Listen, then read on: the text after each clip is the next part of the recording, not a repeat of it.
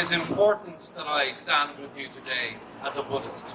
But more important than that is that I stand with you as a fellow human being. What is happening in Myanmar has to be acknowledged publicly. It has been going on for many, many years.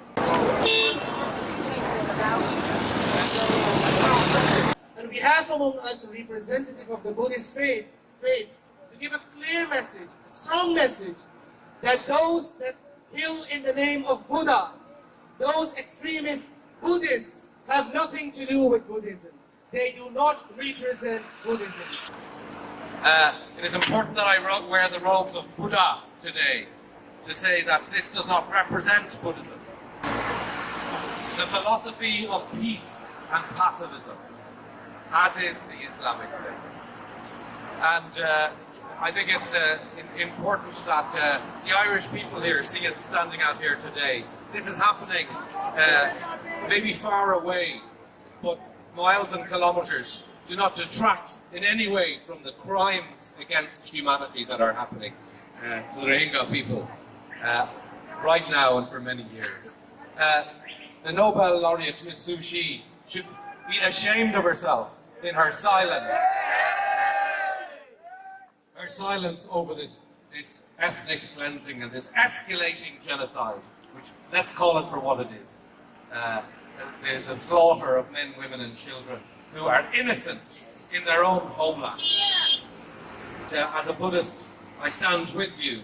As a human being, I stand with you. And please understand that what is being done in the name of Buddhism in Myanmar and Burma does not in any way represent Buddhism. Anything can be co-opted for extremism. Just because a small minority of a community commits an atrocity, it does not mean that the whole community, larger community, is responsible for these actions. The extremist minority never represents the majority. Similarly, the acts committed of violence, of terrorism, of injustice, where children are being butchered, where women are being raped, where people's homes are being burned. The Rohingya Muslim minority has been persecuted for many, many years. And now it has reached to that shocking level where in the past 2 weeks alone, 200,000 people have been displaced from their homeland. Shame!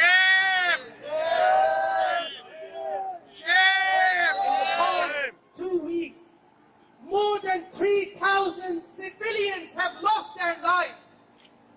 3,000 people have been killed mercilessly just because they are Muslims, just because of their faith.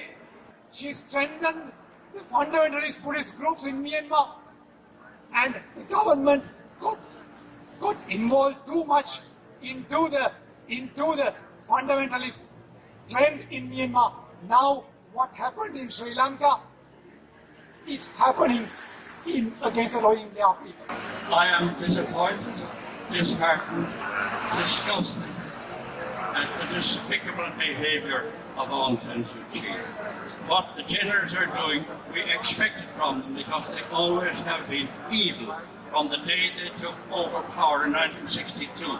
And I was in Rangoon a couple of months after they took over power then.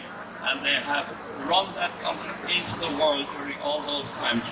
And then the big victory when Aung San Suu Kyi was elected in the National League for Democracy. We all had bright hopes for the future of Burma, not just the Rohingya people, all the people in Burma.